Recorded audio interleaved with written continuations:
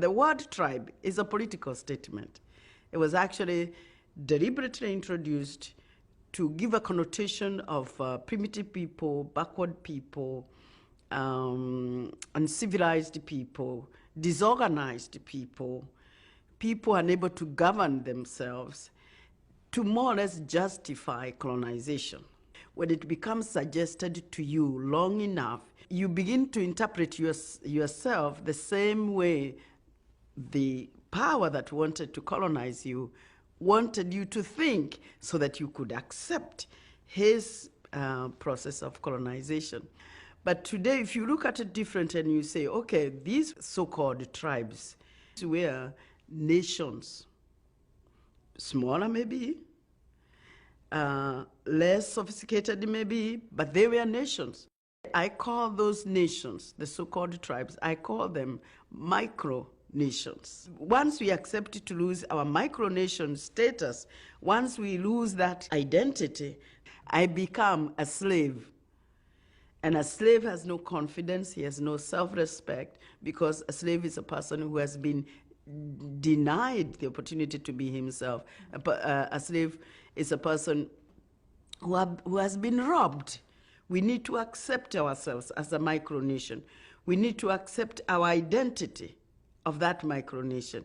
We need to give ourselves self-confidence through that micronation, because that is what gives me identity. See, if I say I'm a Kikuyu, if I mention my name, anybody who knows Kikuyus will know that's a Kikuyu girl, all right.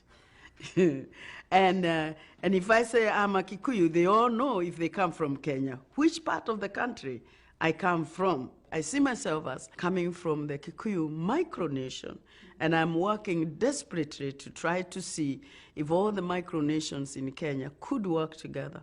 But I also want to encourage them to remain who they are and to bring their baggage to the table and all together try to create a new nation.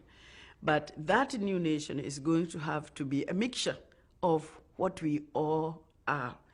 All trees in the forest are not the same. You have the diversity. And I think that if we do really believe in diversity of life in the forest, life in the seas, why should we be afraid of diversity among us humans? That is something we should be celebrating. In 1885, Britain and other powers decided that they would divide Africa and divide these nations into new nations. They lumped them together and they formed new nations, completely with a piece of paper and a pencil on a map. What Britain did was something more important than the occupation of geography and the defeat of politics. What it did was destroyed the confidence of the Asian people and the African people. Who turned Africa into a dark continent? It is a question which I never have found an answer to. There is no more beautiful a continent than Africa, as anyone who comes here finds.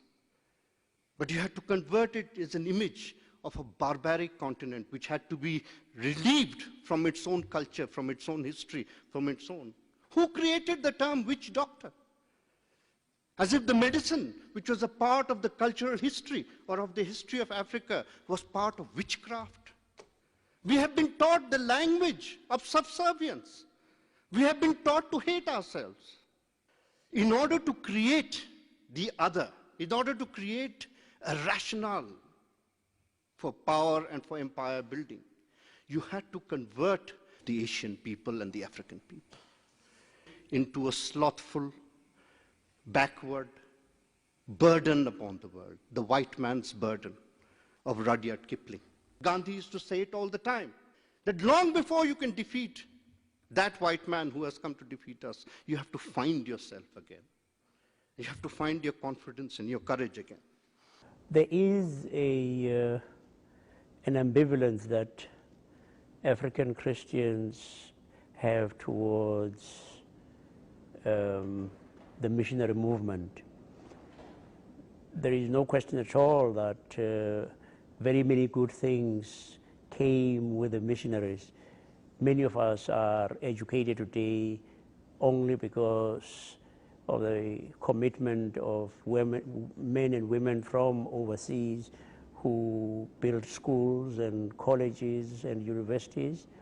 Many of us are alive today because of the same commitment that they had to provide health services. They were also part of the imperial movement, the colonizing movement, and they came with the arrogance of the powerful. And so there is the story. It's not original to me. It's a story that has been told before, where they say, when the missionaries came, we had the land and they had the Bible. And they said, let us pray. And we dutifully shut our eyes. And when we said amen and opened our eyes, they had the land and we had the Bible. Now looking back, I know and I appreciate now that when you grow up in a colonial system, or in whichever system you grow up, people who design that system design in such a way that they will produce a certain kind of people, because they give them a certain kind of information, they expose them to a certain kind of information, and they keep certain kind of information away from them. So you grow up with a certain attitude. You are shaped. Your mind, your attitude, your values are shaped. Your world is shaped.